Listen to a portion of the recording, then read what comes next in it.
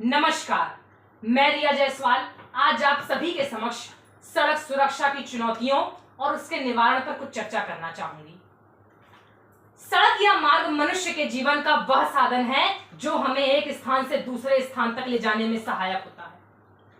मनुष्य जब सुबह सुबह उठता है तो उसके मन में कई सपने होते हैं, कई लक्ष्य होते हैं और घर से बड़े खुश मन से जब वो निकलता है तो ये सड़क ही है जो जीवन के उतार चढ़ाव के जैसे हमें अपने गंतव्य तक पहुंचाती है।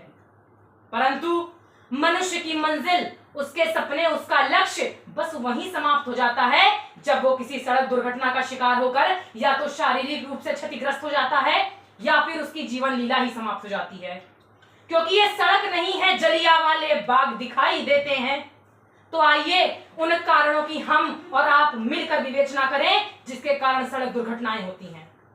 अरे भाई, दुर्घटना भी दो कारणों से होती है, एक स्वयं की लापरवाही से और दूसरा सामने वाहन चलाने वाले की लापरवाही से। हेलमेट पहनकर गाड़ी ना चलाना, नशे की हालत में गाड़ी चलाना, गाड़ी चलाते समय मोबाइल फोन इत्यादि पर बात करना। जी हाँ, ये वे कारण हैं जिसकी वजह से मनुष्य की जान खुद तो खतरे में पड़ती है और साथ ही साथ वो दूसरों को भी इसका भागीदार बना देता है। तो आइए उन कारणों की हम और आप मिलकर विवेचना करें जिसके कारण मनुष्य की जान खतरे में पड़ जाती है।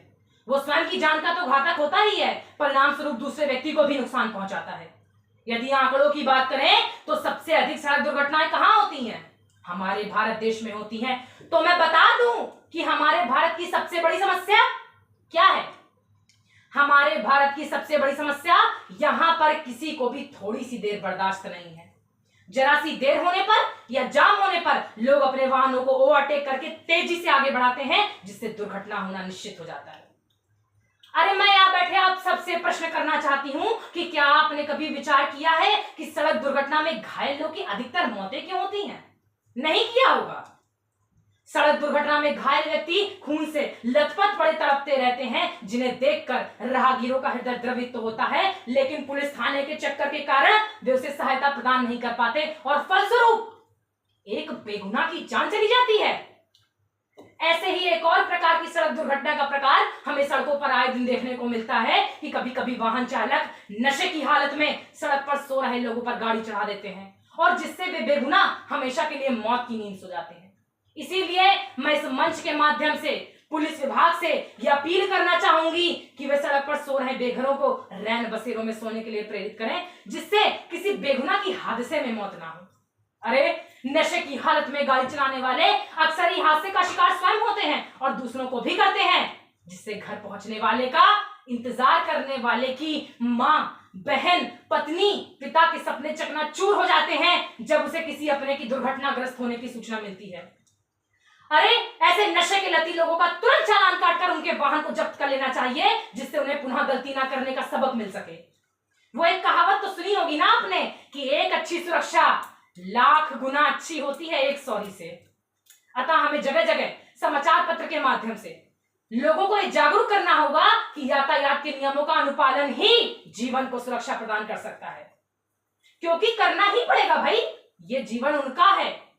और 84 लाख योनियों में जन्म लेने के पश्चात मनुष्य को इस मानव जीवन का लाभ मिला है, इसे यूं ही नहीं गंवाना चाहिए। वाहन चलाते समय किसी की थोड़ी सी असावधानी किसी के घर का चिराग, किसी के माथे का सिंदूर मिटा सकता है। अतः मेरी दृष्टि में तो सड़क सुरक्षा के नियमों का वृहद स्तर पर प्रचार प्रसार करना चाहिए। अरे, मैं इस मंच के माध्यम से सरकार से पूछना चाहती हूं कि वाहन दुर्घटना में हमारा भारत देश सबसे आगे क्यों है? मेरी दृष्टि में तो समझ में नहीं आता है कि यहाँ पर नियम बनाने वाले तो कम हैं, लेकिन उसे तोड़ने वाले पहले ही चले आते हैं और उसके लिए भी कोई शर्मिंदा होने को तैयार नहीं है। इसलिए मेरी दृष्टि में तो किसी भी नियम को लागू करने के लिए विद्यालय सबसे अच्छा स्थल है। यहाँ पर छोटे छोटे नाटकों द्वारा प्रतियोगिताओं को कराकर बच्चों में जागरूकता एकत्रित करनी चाहिए, क्योंकि जाहिर सी बात है जब बच्चे जागरूक होंगे तो वे बड़े प्रेम से अपने माता पिता, अपने भाई बहन को समझा सकते हैं। और इसी के साथ ही साथ यातायात के नियमों पर भी कड़ाई से ध्यान देना होगा। ध्यान दीजिएगा कि फिर से देखो दाएं बाएं अगर जो मोटर गाड़ी आए, कि फिर से देखो दाएं बाएं अगर जो मोटर गाड़ी आए, हॉर्न घंटी पड़े सुनाई तभी जरा रुक जाना भाई, तभी जरा रुक जाना भाई। अतः महोदय, जान है तो जहान है, इस उक्ति को चरितार्थ करते हुए जनता और पुलिस प्रशासन दोनों को एकजुट होकर यातायात के नियमों का प्रचार प्रसार करना चाहिए। टीवी पर जैसे हर चीज का प्रचार हो सकता है, शराब का प्रचार हो सकता है, वैसे ही यातायात के नियमों का पालन हमें किस प्रकार करना है उसका भी टीवी में कार्यक्रम होना चाहिए। सड़कों पर नुक्कड़ नाटकों के द्वारा छोटी छोटी प्रश्नोत्तरी के माध्यम से उत्तरदाता को पुरस्कृत करने की योजना होनी चाहिए। अतः सभी व्यक्ति को अपनी जान प्यारी है, अपने माँ बाप प्यारे हैं, अपने भाई बहन प्यारे हैं। इसीलिए एक छोटी सी बात कहूंगी कि यदि रक्षाबंधन त्योहार के दिन सभी बहनें अपने भाइयों को राखी बांधने के साथ साथ एक हेलमेट प्रदान करें तो क्या ये उनकी सुरक्षा का सबसे बड़ा स्रोत नहीं होगा? अतः मेरी दृष्टि में तो ये उनकी सुरक्षा का सबसे बड़ा स्रोत होगा। इसीलिए यहाँ पर बैठे सभी वाहन चालकों से मेरा हाथ जोड़कर करबद्ध निवेदन है कि आप भी यातायात के नियमों का पालन करें और दूसरों को भी इससे करने के लिए प्रेरित करें, जिससे हमारा देश, हमारा समाज, हमारा राष्ट्र सुरक्षित हो सके। क्योंकि यदि मिलकर, ध्यान दीजिएगा कि यदि मिलकर इस राष्ट्र यज्ञ में सब कर्तव्य निभाएंगे अपना, यदि मिलकर इस राष्ट्र यज्ञ में सब कर्तव्य निभाएंगे अपना, तभी वह दिन दूर नहीं जब दुर्घटना रहित देश होगा अपना, दुर्घटना रहित। इसी के साथ मैं बार बार यही कहूंगी कि आप भी यातायात के नियमों का पालन करें और दूसरों को भी इसे करने के लिए प्रेरित करें। नमस्कार, धन्यवाद, जय हिंद, जय भारत।